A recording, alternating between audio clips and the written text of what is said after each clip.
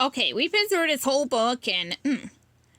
no, let's see. This is the only fork in the road that only see left to go, and as I've seen. What happens if they search for the gang? Shaggy and Scooby make a hasty retreat out of the kitchen, but not before loading their arms full of food. After that hair-raising experience, I need something to calm my nerves, Shaggy explains, as he gulps down a batch of cupcakes, a rack of barbecued ribs, and a whole apple pie. Me roo, Scooby agrees. He tosses a stack of pulled pork sandwiches into the air and leaps up to gobble them down. Like, I suppose we should look for the rest of the gang and tell them about the ghost, Shaggy says. But Scooby whimpers. Okay, maybe not. One close encounter was close enough. As the pals wander down the hall, they hear their friends' voices. They follow the sounds to a room where they see the rest of Mystery Inc. standing around a table. Black candles burn with purple flames and incense curls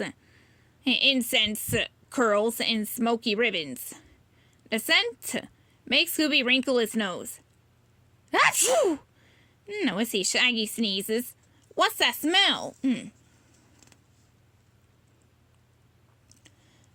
Two more victims, guests, come in. Come in, it says a woman dressed in black. My name is Delilah. Welcome to my home. The woman steps around the table towards the palace and waves the incense in their direction. Fred, Daphne, and Velma stare straight ahead and ignore Shaggy and Scooby. I see you're enjoying our southern hospitality, Delilah says and points to the armloads of food Scooby and Shaggy hold. Yes, ma'am. Thank you, ma'am, as Shaggy stammers nervously. He and Scooby automatically curtsy. You fellows have manners, Delilah says with a smile. I like fellows with manners. Suddenly the woman's eyes seem to spin like hypnotic pinwheels. Shaggy and Scooby can't look anywhere else but at Delilah. Their friends are forgotten. Their snacks are forgotten. All they see is Delilah. It's as if they've been caught in a spider's web. No, welcome to the widow's nest. The Black Widow, that is, Delilah cackles. Zoinks, are you a real spider? Shaggy asks as the incense starts to cloud his mind and make his body motionless. Yuck, I hate spiders, Delilah yells. No, I'm a witch who will weave a spell of obedience on you. Your friends are already under my control. Shaggy swivels his eyes to look over at the rest of the gang standing at attention around the table. Their expressions are blank. We're doomed, and I thought the ghost in the kitchen was scary, Shaggy gulps. Wait, what ghost in the kitchen, Delilah asks. The one right behind you, Shaggy says, as soon as Delilah turns to look behind her. Shaggy and Scooby hit the witch with the food that they've had in their arms the whole time. She collapses under the pile of pastries, pies, and barbecue. Now fake out! Shaggy cheers as he and Scooby slap a high five. Scoops, you deserve an acting award for your performance. Great crew! Scooby says and grins. They've got an S in the word says. He bows and holds up a candlestick as if it were a trophy.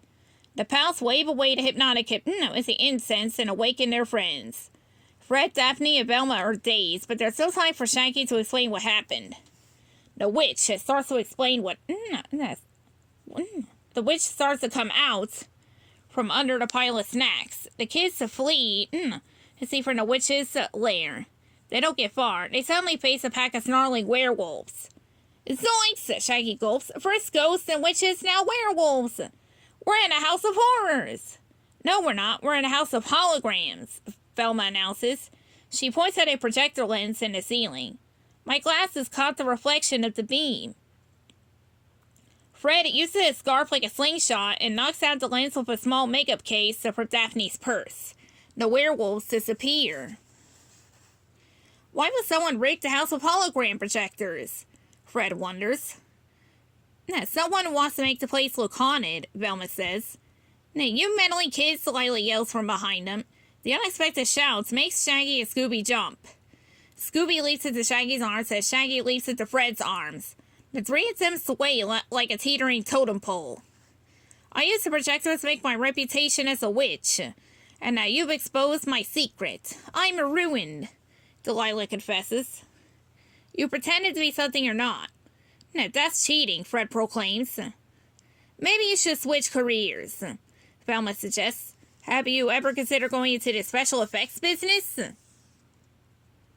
Next up is page 86. Shaggy and Scooby run out of the haunted kitchen as fast as their frightened feet can carry them. Screech! They come to a dead stop and hear a shrill scream. Why, that's Velma! She's in danger! Shaggy gasps. The thought of their friend in trouble is the only thing that makes the pals run towards the sound instead of away from it. They race into the living room. Velma stands in the center of the room with her hands covering her mouth. Velma, are you alright? Shaggy asks. Velma does not move a muscle. It's as if she had been frozen. Her eyes are staring at a single spot across the room. I'm afraid I might be responsible for your friend's condition, says the gentleman sitting at a desk by the window. He is dressed in modern-day clothing and looks normal, as so far there hasn't been anything normal about this mansion. Velma's frozen gaze does not move from the man. Her eyes are wide as she breathes with short, panting breaths. It's you. Velma gasps. What happened to our friend? Shaggy asks. She saw me, the man replies with a shrug. I seem to have that effect on people.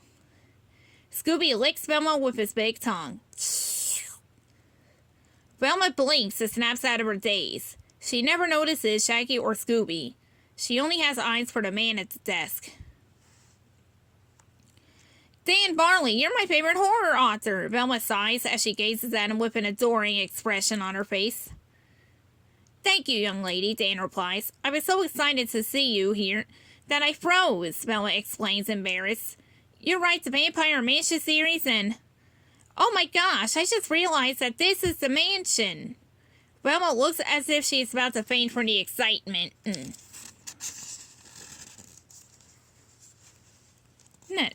Zoinks, we're in a vampire mansion? No, see, Shaggy gasps in fear. Velma finally notices Shaggy and Scooby. She snaps out of her fan fog. No, silly. Mr. Barley writes about vampires living in a mansion and uses his house as his inspiration. Velma says. Vampires? Scooby gulps. Only in my imagination, Dan says. But what are you kids doing in my house? We were looking for a phone. Our van broke down. We need to call a tow truck, Velma says. Unfortunately, this house has no phone, Dan says. It is quite cut off from the outside world. Suddenly there is a crack of thunder, and the room goes dark. A ghoulish laugh ripples through the lair. Jinkies, Velma yelps. Zoinks, Shaggy shrieks. Like, why did the lights go out just before the bad stuff happens? Page 96.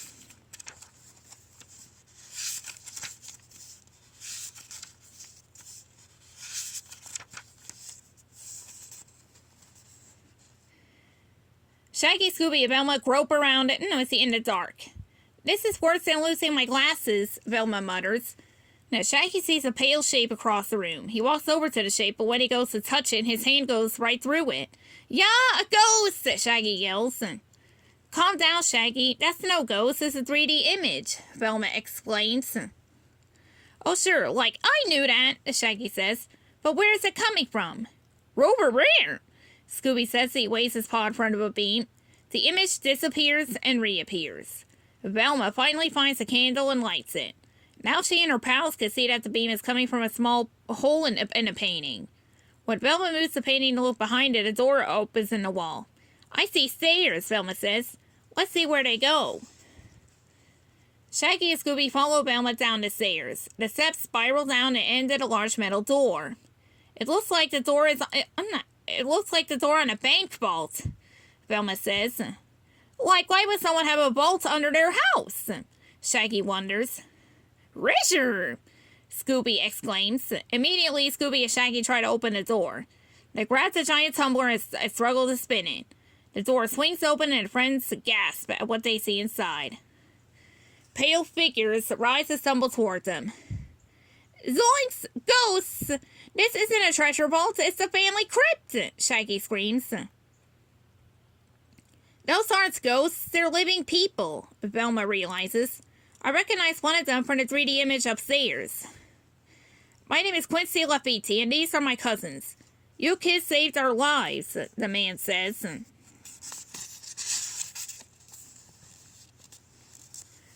See, like, glad to help out, but why were you locked in that gloomy tomb? Shaggy asks. Cousin Dan did it, one of the others replies. He wants the mansion to promote his books. And I wouldn't have gotten away with it if it hadn't been for you meddling kids, a voice declares from behind him. Mr. Barley, Velma gasps. I tried to scare you away with a 3D image, but you were too curious, Dan grumbles. It's a good thing, too. They followed the clues that saved us, Quincy says. As everyone goes back upstairs. Velma looks depressed. What's wrong, Velma? We caught the bad guy, Shaggy says. But the bad guy turned out to be my favorite author, Velma sighs. Now that's a real horror story. And I haven't seen any other... No, let's see. Waits for this to branch off.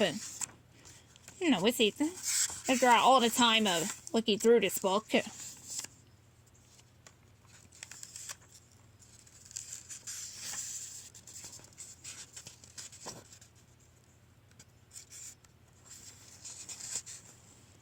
Anyways.